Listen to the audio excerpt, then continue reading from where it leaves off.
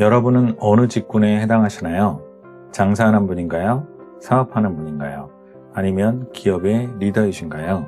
기업의 리더 되는 분이 제 채널을 볼 수 있지만 안 볼 확률이 높겠지요? 오늘 영상은 이런 분들이 보시면 도움이 되실 겁니다. 개인은 안 봐도 되냐고요? 아니요, 보셔도 됩니다. 누구나 보시고 찰떡같이 적용하면 됩니다.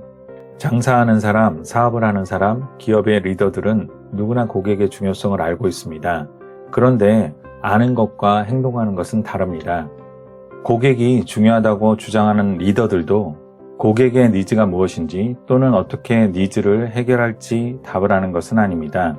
대부분 기업의 리더들은 단기 투자 수익에 눈이 멀어 고객의 니즈를 무시하고 있습니다. 그들은 효과 없는 전략을 시도합니다. 예를 들면 집중적 혁신, 인수합병, 새로운 마케팅, 글로벌 사업 확장. 그러나 그들이 정작 해야 할 일은 고객과 더욱 긴밀히 연결되는 것입니다.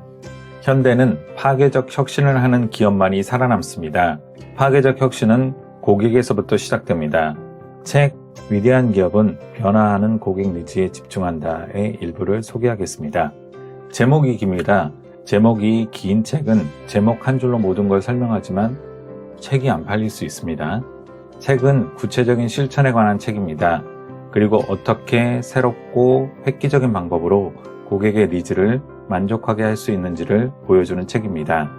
자, 그럼 책을 통해 고객 중심의 전략은 어떤 것들이 있는지 살펴보겠습니다.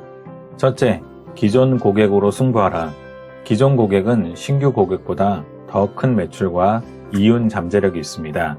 연구에 따르면 기존 고객이 신규 고객보다 이윤을 5배에서 25배 더 많이 안겨줍니다. 신규 고객은 유치하는 데 비용이 많이 들고 일단 신규 고객을 확보하더라도 그들은 통상적으로 기존 고객보다 매출에 기여하는 바가 적습니다.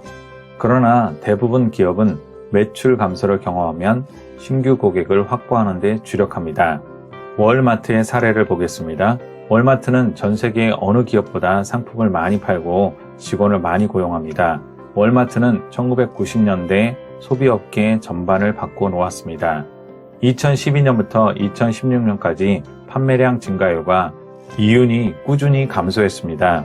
매출 증가율이 2012년 6%에서 2016년 1%로 하락합니다. 2017년에서 2019년의 매출은 1%에서 3%로 증가했지만 순이익은 오히려 3%에서 1%로 감소합니다. 월마트는 매출 하락으로 상품 목록을 줄이고 직원을 정리해고합니다. 결과적으로 고객들은 원하는 상품을 찾을 수 없다고 불만을 드러내고 정리해고는 직원들의 사기를 떨어뜨려 불친절한 고객 서비스를 하게 됩니다. 월마트는 문제가 정말 무엇인지 분석하고 해결하기보다 전자상거래 진출을 꾀합니다. 월마트는 매출 하락과 불만의 원인을 아마존 탓으로 돌립니다. 2017년부터 2019년 월마트 온라인 매출은 3.2%에서 4.7%로 증가하지만 이윤폭은 2.8%에서 1.0%로 급격하게 감소합니다. 어쨌거나 전자상거래는 월마트의 순익 증가에 기여하지 않았습니다.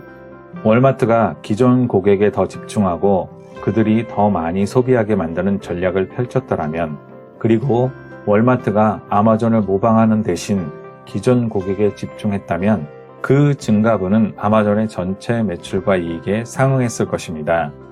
고객 소비와 이윤이 모두 증가하지 않았다면 판매 활동에 대해 다시 고민해보고 기존 고객에게 더 어필하는 데 집중해야 합니다. 다음으로 고객의 개인화를 준비해야 합니다. 산업혁명 이후 표준화가 기본적인 제품의 개념이었습니다. 기업은 표준화를 통해 고객에게 선택지를 주지 않는 대신 어쨌든 대량으로 생산된 제품은 매우 저렴했기 때문에 고객은 상품을 구매했습니다. 현대에는 개인 맞춤형 제품이나 서비스를 제공하는 개인화는 비즈니스 혁명을 일으키고 있습니다. 개인화가 소비주의를 대체하고 있습니다. 새로운 소비 세대인 밀레니얼 세대와 Z세대는 맞춤형 서비스를 좋아하고 낭비를 싫어합니다. 밀레니얼 세대는 스타벅스를 좋아하고 스타벅스의 맞춤형 커피 한 잔과 서비스를 선호합니다. 그러나 스타벅스의 거래량은 증가하지 않았습니다. 이유는 스타벅스가 계속해서 가격을 인상한 것과 관련이 있습니다. 여기에서 교훈은 개인화를 유치하려면 가격은 저렴해야 합니다. 개인화는 본질에서 비쌉니다. 제품의 디자인, 생산, 제조, 출시 방법에 있어 창의적으로 접근해야만 저렴해질 수 있습니다. 개인화는 모든 기업의 큰 기회이자 위협입니다. 개인화된 제품을 합리적인 가격에 생산할 방법을 가장 먼저 찾는 기업이 매우 큰 경쟁에서 우위를 누리게 될 것입니다. 저렴한 가격, 처음부터 다시 시작하려는 의지, 틀에서 벗어난 사고는 개인화에 뛰어드는 모든 기업이 반드시 갖춰야 하는 요소입니다. 밀레니얼 세대와 Z세대가 주요 소비층으로 떠오르면 기업은 새로운 규칙에 따라 운영될 것입니다. 그 규칙 중 하나는 개인화가 될 것입니다. 고객 중심의 전략을 일부분 살펴봤습니다.